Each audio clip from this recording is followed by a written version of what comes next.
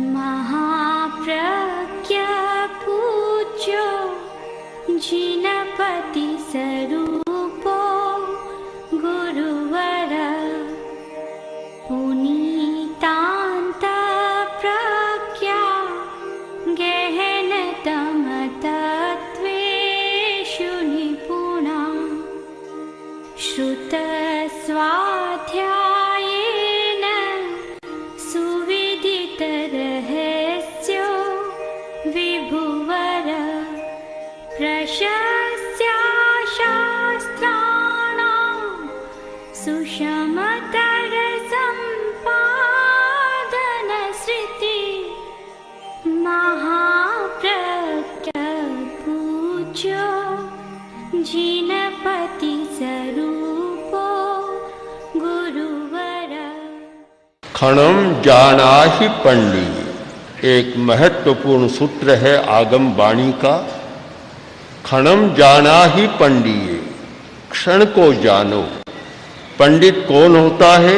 जो क्षण को समझता है, समय का मूल्यांकन करता है। हम इसे कह सकते हैं कि तुम पंडित हो तो क्षण का मूल्यांकन करो, समय को समझो।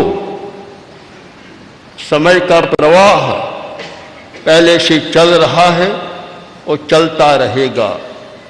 वह अनादि भी है, अनंत भी है। समय का चक्र कभी रुकता नहीं है, चलता रहता है। पर जो उसका मूल्यांकन करता है वह लाभ उठा लेता है, जो उसका मूल्य नहीं जानता वह लाभ नहीं उठा पाता।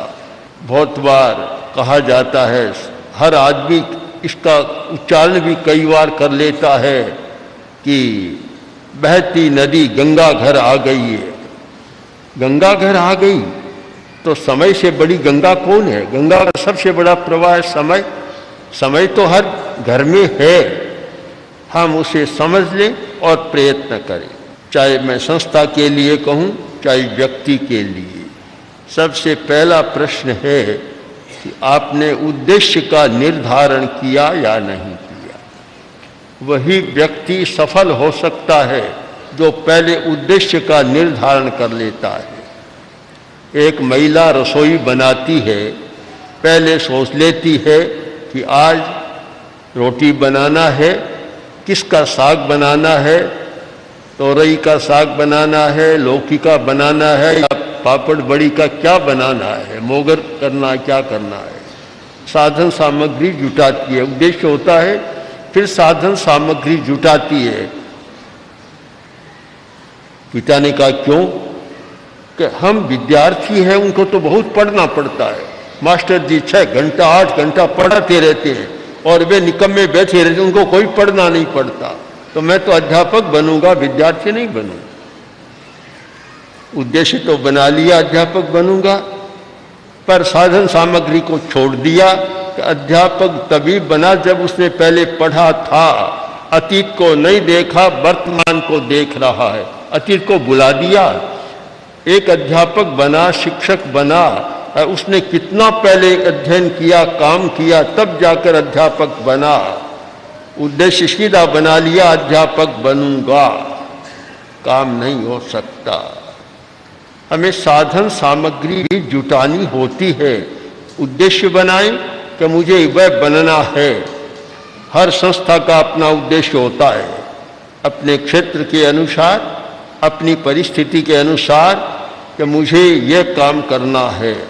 एक सभा ने उद्देश्य बना लिया कि मुझे जैन विद्या का काम करना है। उद्देश्य बना लिया कि मुझे अपनी संस्था में एक अच्छी लाइब्रेरी, पुस्तकालय का स्थापन करना है, और ऐसा करना है जिससे कोई भी व्यक्ति आए, किसी धर्म को मानने वाला, अपना ज्ञान बढ़ा सके। उद्देश्य बना लिया कि हमें प्रेक्षा ध्यान का विशेष काम करना है। किसी ने उद्देश्य बना लिया हमें अणुव्रत का विशेष काम करना है। किसी ने बना लिया जीवन विज्ञान का काम करना है, किसी ने बना लिया हमें अहिंसा प्रशिक्षण का काम करना है, अहिंसा का विकास करना है। कोई न कोई उद्देश्य अवश्य चाहिए। उद्देश्यहीन संस्था और उद्देश्यहीन व्यक्ति कभी विकास नहीं कर सकता। तो पहले उद्देश्य का निर्धारण करें, फिर उद्देश्य के बाद आवश्यक कार्यों की सूची बनाना दूसरा कदम है। आवश्यक कार्यों की सूची कि क्या क्या हमें करना है, सूची जरूरी होती है और सूची के आधार पर व्यक्ति चलता है। वैसे हर आदमी में स्मृति होती है, स्मृति पर भूलना भी साथ ही जुड़ा हुआ है। 10 कामों के बारे में सोचा और सूची ठीक बनाई नहीं गई तो 5 रह जाएंगे, 5 हो जाएंगे, 5 छूट ही जाएंगे। स्मृति की दुर्बलता आदमी की कमजोर होती है। एक गुड़िया ने अपने पोते से कहा कि बेटा क्या करूं, बड़ी समस्या है, दिन भर जो काम करना है भूल जाती हूं। उसने कहा दादी चिंता मत करो, मैं एक पन्ने में लिख कर दे दूंगा सर, और उसको देखते जाओ और काम करते जाओ। पन्ने में लिख कर दे दिया कि सुबह से शाम तक क्या करना है। शाम को लड़का बाहर से पढ़कर विद्यार्थी आया और पूछा दादी ठीक रहा आज तो? क्या ठीक नहीं रहा, मैंने सूची बना दी थी क्या क्या करना है। अरे वह पन्ना कहाँ रख दिया, मुझे वह भी याद नहीं है, क्या बात है। तो भूलने की आदत होती है, आदमी भूल जाता है। तो एक आवश्यक कार्यों की सूची रहे और फिर उसमें प्राथमिकता की बात करें। 10 काम करना है, प्राथमिकता किसको देना। प्रबंधन का एक महत्वपूर्ण सूत्र है स्टेब्लिश प्रायोरिटी। प्राथमिकता को निर्धारण करो कि मुझे प्रथम क्या करना है। समय का ठीक उपयोग होता है कि क्या काम सबसे ज्यादा जरूरी क्या काम है, उसका विवेक करना, जिससे काम विधिवत हो जाए। एक साथ 10 काम नहीं किए जा सकते, चुनाव करना होता है कि मुझे पहले क्या करना है। हमारे साधु भी बहुत काम करते हैं किंतु प्राथमिकता का चुनाव करते हैं। काम तो है कि अब शिविर लग रहा है परीक्षा ध्यान का, तो प्राथमिक क्या है, अध्ययन करना अपना, पर शिविर का संचालन करना है तो ध्यान कराने के लिए जाना, यह प्राथमिकता हो जाएगी। तो जो प्राथमिकता का ठीक चुनाव करता है सफल हो जाता है, और प्राथमिकता का नहीं रहता, अनेक काम एक साथ करता है तो भी नहीं होता। उसके साथ फिर एक उत्तरदायित्व का अनुभव। बहुत बड़ा प्रश्न है हमारे सामने कि दायित्व ले लेता है पर उसका निर्वाह नहीं होता। यह कैसे हो सकता है कि पद और दायित्व वो दोनों साथ साथ चले तो जीवन में प्रकाश होता है। कोरा पद है, दायित्व का निर्वाह नहीं है तो प्रकाश नहीं होता। एक आदमी चला, रात को जाना था, अंधेरा था और 10 किलोमीटर 8-10 किलोमीटर जाना था। चला और हाथ में लालटेन ली, कोई प्रकाश का साधन लिया और चला। तो चलते चलते पैर रुक गए, आगे नहीं बढ़ा, खड़ा है। एक आदमी आया और बोला भी खड़ा क्यों है, रात का समय है, क्यों खड़ा है? कि भैया क्या करूं, मुझे जाना तो है पर मैं अब जा नहीं सकता। क्यों? कि मुझे जाना है 8-10 किलोमीटर और मेरे प्रकाश, ये चाहे बैटरी है चाहे लालटेन कुछ ही है, इसका प्रकाश तो 2 फीट जा रहा है, मैं 10 किलोमीटर कैसे जाऊंगा? समस्या तो है, प्रकाश तो यहां तक जा रहा है, मुझे जाना है 10 किलोमीटर। उसने कहा चिंता मत करो, तुम चलते जाओ, प्रकाश तुम्हारे साथ चलता जाएगा। जो चलेगा तो प्रकाश भी साथ चलेगा, खड़ा हो जाएगा तो आगे अंधेरा ही अंधेरा है। तो जो पद के साथ चलता रहेगा, दायित्व का निर्वाह करेगा, तब तो प्रकाश मिलेगा, नहीं तो अंधकार। ऐसे लोग भी कुछ देखे हैं, अध्यक्ष बन गए, उपाध्यक्ष बन गए, और फिर जब नया चुनाव होता है तभी उनकी उपस्थिति दर्ज होती। अर्थ नहीं होता, अर्थहीन पद हो जाता है। जो भी दायित्व लिया उस दायित्व का ठीक निर्वाह हो, दायित्व का ठीक से पालन हो, तब तो सार्थकता होती है, अन्यथा उसकी सार्थकता नहीं होती। उत्तरदायित्व का अनुभव करना बहुत बड़ी बात है। हमारी परंपरा है कि चाहे आचार्य है, चाहे मुनि है, चाहे साध्वी है, जिसको जो दायित्व सौंपा जाता है उसका निर्वाह करने के लिए जागरूक रहते हैं। आचार्य का अपना दायित्व है।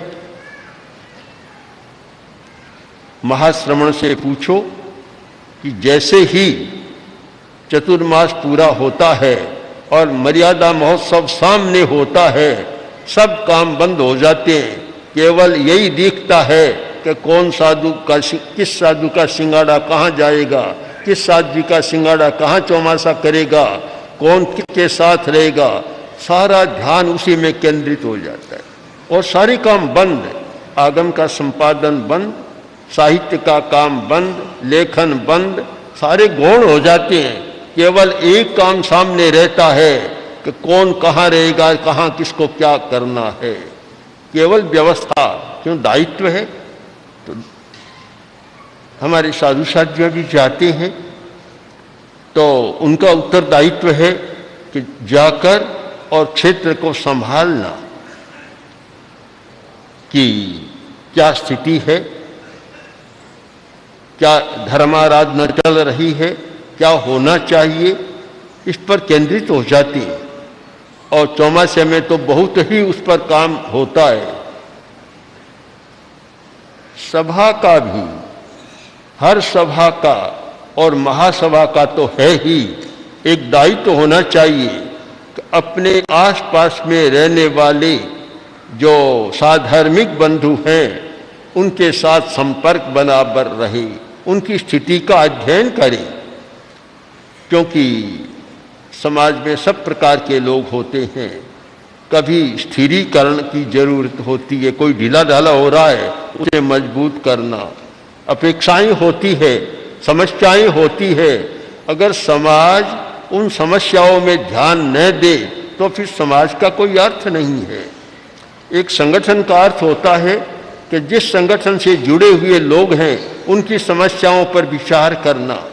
आवश्यक तो होता है कि पूरे समाज या बृहत्तर समाज या मानव जाति की समस्याओं पर विचार करना, यह तो बहुत बड़ी बात, आगे की बात है। कम से कम इतनी तो अनिवार्य बात है कि जो अपनी संस्था संगठन से जुड़ा हुआ है उसके हित की चिंता करना बहुत बड़ी बात है। हित चिंता, हित की गवेषणा करना, सारा ध्यान देना, तब तो समाज बनता है, स्थिरीकरण होता है कि कहा कहूँ कछु कहा न जाए, कहे बिना तो रहा न जाए। मन की मन में रह गई 60 गांव बकरी चर गई, वह स्थिति बन गई। कोई राजा कहीं जंगल में भटक गया था और आखिर चरवाहे ने पानी पिलाया, राजा को प्राण मिला। तो राजा ने कहा तूने मेरा बड़ा उपकार किया है, मैं तुझे 60 गांवों का पट्टा बख्शिश करता हूँ। अब उसने कहा, चरवा होशियार था कि ऐसे नहीं, मुझे लिख दो, नहीं तो कौन मानेगा।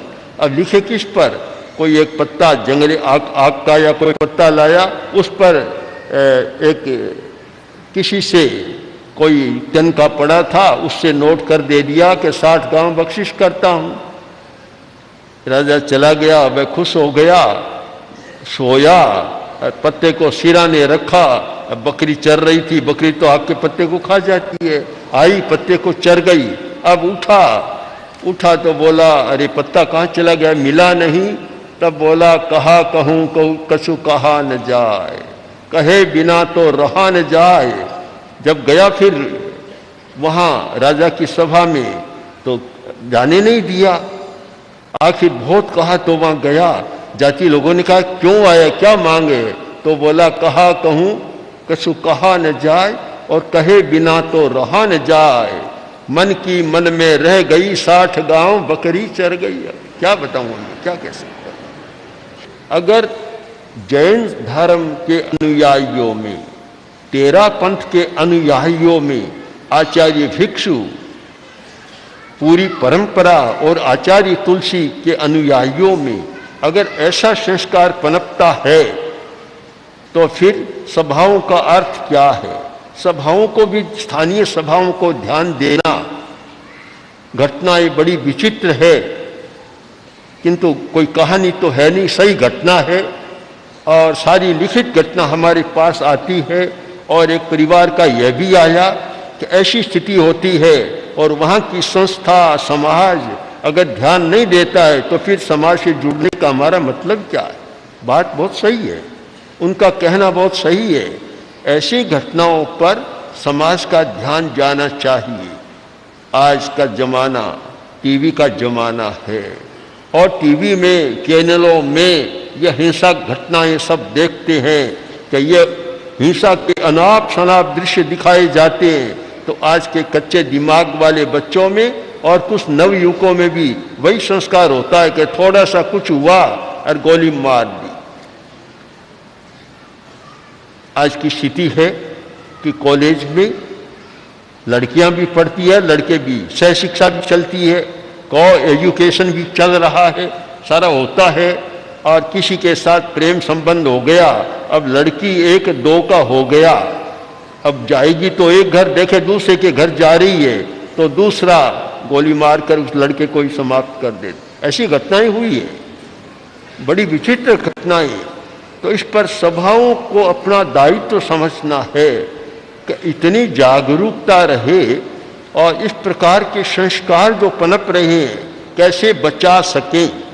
स्वस्थ समाज की बात है, स्वस्थ समाज रखना बड़ा कठिन है, बहुत कठिन है। और आज के ज़माने में तो ये भटकाने वाले साधन इतने हैं कि आज का प्राय दूरदर्शन, संचार माध्यम एक बड़ा भाग हो गया। 2 विषय मुख्य रहते हैं, सेक्स और हिंसा, वायलेंस। ये 2 मुख्य उसके हिस्से रहते हैं। कामुकता दिखाएंगे या हिंसा की घटना दिखाएंगे। शायद लोगों को इन दोनों में ज़्यादा आकर्षण, हिंसा में भी आकर्षण है, लड़ाई में बहुत ज़्यादा आकर्षण है। यह संस्कृति न पनपे कि अमेरिका में तो ये चलता है, विदेशों में तो चलता है कि वहाँ छोटे बच्चे भी बंदूक, रिवॉल्वर रखते हैं, शस्त्र रखते हैं और अपने विद्यालयों में भी विद्यार्थियों को मार देते। अपने पिता को भी कह देते हैं पिताजी आपने ऐसा कहा, फिर कहेंगे तो मैं आपको मार दूंगा, शूट कर दूंगा। पर यह बात जैन धर्म जो अहिंसा को मानने वाला, अहिंसा को प्रधानता देने वाला, अहिंसा की व्याख्या करने वाला, अहिंसा की चर्चा करने वाला और सारी दुनिया में माना जाता है। अहिंसा मतलब महावीर की अहिंसा। अहिंसा जहाँ है वहाँ महावीर का नाम जरूर आ जाएगा, जैन दर्शन का नाम आएगा। उन संस्कारों में पलने वाले युवकों में अगर इस प्रकार के संस्कार जन्म लेते हैं तो फिर क्या वह बात नहीं आएगी, कहा कहूँ कछु कहा न जाए। क्या कहें, अब किसको कहें, बड़ी विचित्र बात है। इसलिए सभाओं का दायित्व है, सभा जो भी सभा है जहाँ है वहाँ ऐसे जागरूक व्यक्ति भी रहे कि समाज के संस्कार किस प्रकार के चल रहे हैं। नशा तो नहीं बढ़ रहा है, हिंसा तो नहीं बढ़ रही है, बुरे संस्कार तो नहीं आ रहे हैं।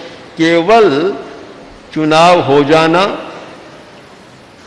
फिर बजट पेश कर देना, आय व्यय का लेखा जोखा कर लेना और कभी कभी आयोजन कर लेना। सभा का इतना ही काम नहीं है। सभा का काम होना चाहिए कि समाज किस प्रकार चल रहा है, समाज स्वस्थ है, बीमार हो रहा है, समाज में कोई बुराइयां तो नहीं आ रही है, उन सब के प्रति जागरूक रहना और समय समय पर समाज की समस्याओं को हमारे सामने भी प्रस्तुत करना, तब एक समाज पूरा उत्तरदायित्व का पालन होता है। तो इस सब पर विचार करें कि अच्छा समाज, स्वस्थ समाज, उत्तरदायित्व, आवश्यकताओं की सूची, कार्य की प्राथमिकता, इन सब जो आज के प्रबंधन के महत्वपूर्ण सूत्र हैं उनको भी साथ में सम्मिलित करें, विचार करें, तो सचमुच एक सभा को अच्छा महत्वपूर्ण स्थान दिया जा सकता है और उसकी उपयोगिता पूरे समाज के सामने आ सकती है। ओम ओम श्री महाप्रज्ञ गुरवे नमः। ओम श्री